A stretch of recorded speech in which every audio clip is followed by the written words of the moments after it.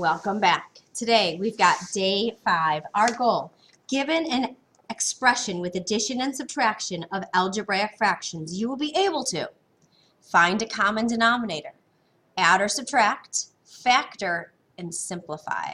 So today is going to be very similar to day 4, except today our denominators, for instance, the bottom of these fractions, are not the same number anymore. Okay, so we're going to have to work very carefully to find that common denominator.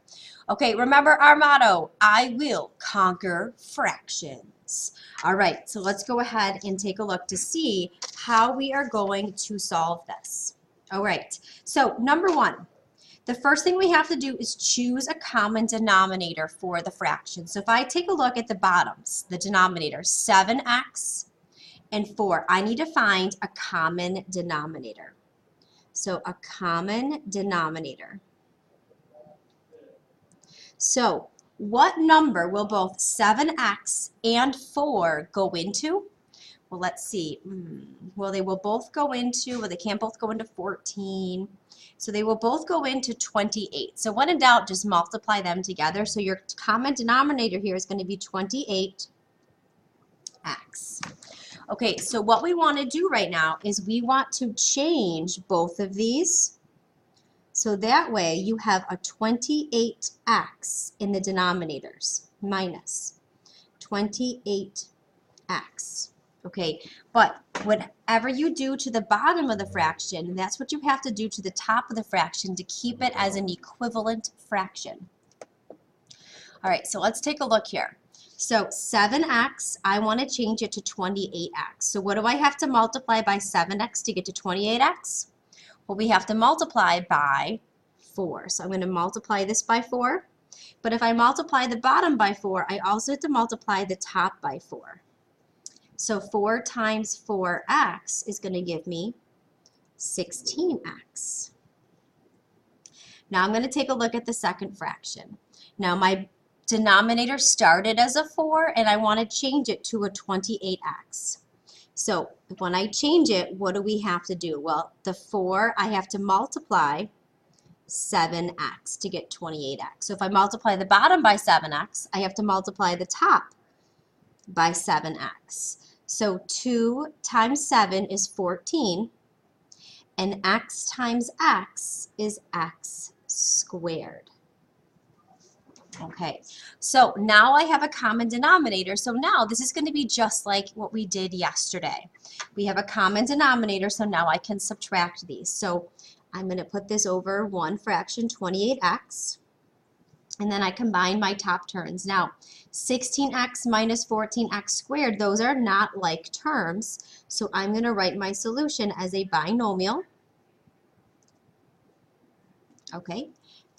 So we've got that, and now let's take a look here. Can we factor to simplify this? Well, let's take a look. The top is a binomial. Can we factor that? Yes, we can. Remember, your first way of factoring is always common factors. Let's take a look. So what number will go into 16 and 14? I think 2 will. And they both have an x, so I'm going to take out 2x. All right, and I'm left then with 8 minus 7x all over 28x. So now comes the fun part. Now we get to cancel. So does 2 go into 28? It sure does. 14. We have an x on the top and an x on the bottom, so those will also cancel. So our final answer here, 8 minus 7x all over 14. And you've done it. All right, let's go ahead now and let's try number 2. Let's do a couple of them and hopefully it'll start making a little bit more sense the more we do. So we have an x in the bottom of the first fraction and an x to the third in the bottom of the second fraction. So I need to find a common denominator. Well, I can't take x's away, so my common denominator here is going to be x to the third. You have to pick the highest power. How you doing? Okay, so we're going to change both of these fractions, and we want to have x to the third in the denominator.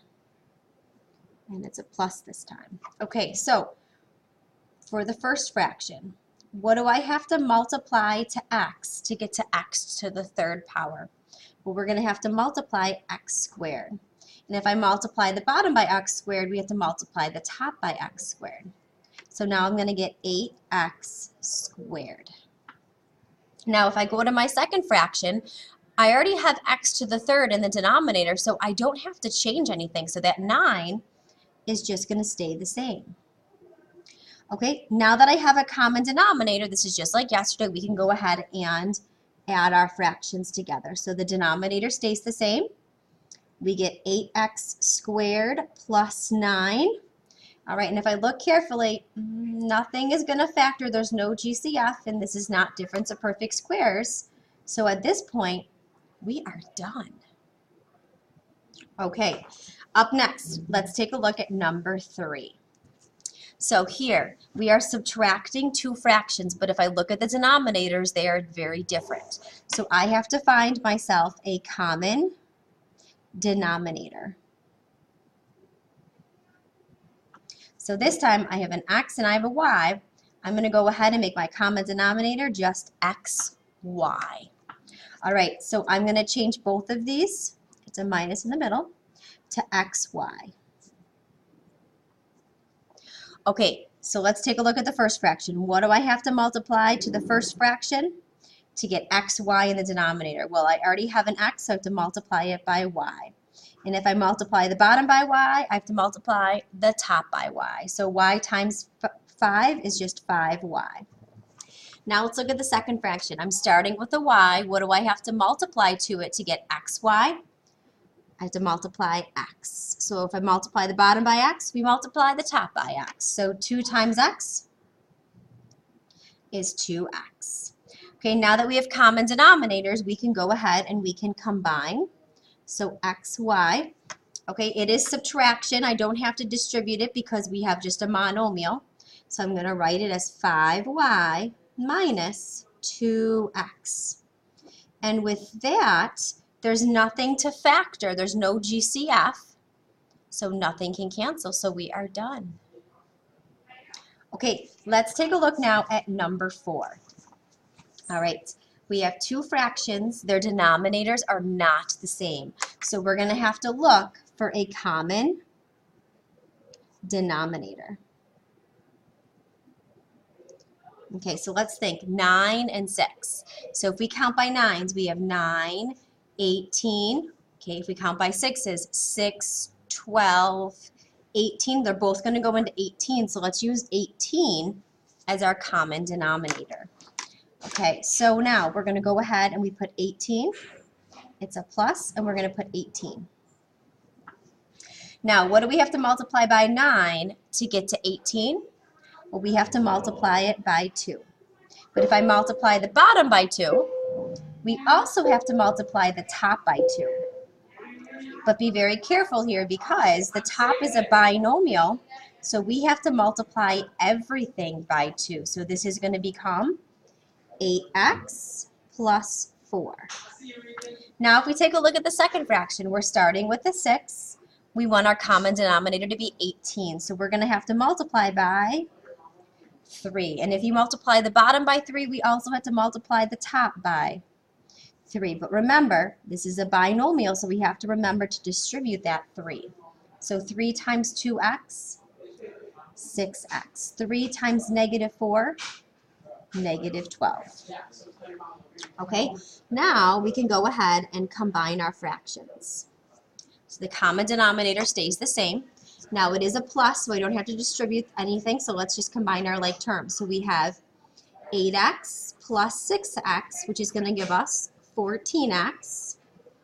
And then I have a 4 minus 12. So 4 minus 12 is going to give us a negative 8. Okay, so now we have to take a look. Can we factor this? So 14x minus 8, is there a GCF? Yes, there's a GCF of 2. So I'm going to factor out a 2. And we're going to get 7x minus 4 all over 18.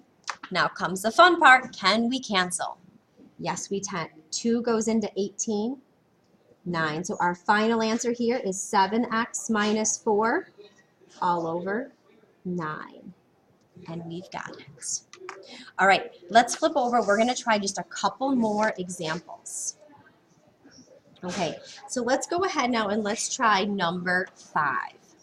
All right, if we look at our denominators, we have 4, we have 6. They are not the same, so we have to find a common denominator. So let's see, we have 4 and 6. So what number will they both go into? 4, 8, 12, and 6 is going to be 6. Oh, they both go into 12. So let's make both of the denominators 12. Okay, so what do we have to multiply by 4 to get to 12? We have to multiply it by 3. So if I multiply the bottom by 3, I have to multiply the top by 3. And then we distribute that. So we're going to get 9a minus 15. Over here, my denominator is 6. To get to 12, we have to multiply by 2. So if I multiply the bottom by 2, I have to multiply the top by 2. And then we distribute that 2 to everything. So we're going to get 2a minus 16. Now, look very carefully at the operation between the two fractions. It is a minus. So before we can combine our two fractions, I have to distribute that subtraction symbol. So this becomes a minus, and this becomes a plus. So now we can go ahead and combine our like terms. So we have 9a minus 2a is going to give us 7a.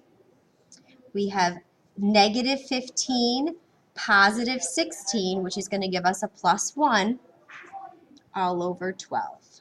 And this is not factorable, so that's our final answer. Very nice. Okay, let's go ahead then, and I'd like you to take a look at number 6, and all I want you to do is take a moment, find your common denominator, and plug it into the computer. All right, were you able to get a common denominator of 24? All right, so let's go ahead now. We're going to change both of our denominators to 24. All right, so let's see. What do you multiply by 6 to get to 24? We're going to multiply 4, and then we're going to multiply the top here by 4. So now we're going to go ahead and we're going to get 12x plus 16. For the second fraction, we're going to multiply by 3, so we're going to multiply the top by 3. And then when you distribute that, we're going to get 6x minus 12. Now, if we look carefully, that operation between the two fractions is a minus. So what we have to do next is take that, and we're going to distribute it. So minus 6 plus 12. All right, I'm going to have you go ahead now, pause the video. I'm going to have you combine those, factor, and simplify if you can. All right, let's go ahead and see how you did. So each step of the way, let's see, were you able to get 6x plus 28 all over 24? And then you were able to factor that, reduce by 2 to get 3x plus 14 all over 12. All right, ladies and gentlemen, let's go ahead now. I would like you to try number 7 completely on your own. All right, let's see. Did you get a common denominator of 6? All right, then you subtracted to get a minus 7 all over 6. All right, one final question. Everybody go ahead now and try number 8. All right, let's see. Were you able to get a common denominator of 20? All right, when you plug it in or when you solve, we end up getting, here we go. Did you get 3y minus 1 all over 10? All right, ladies and gentlemen, this is definitely a little bit trickier of a concept, so we will definitely be practicing more tomorrow. But remember, you will conquer fractions.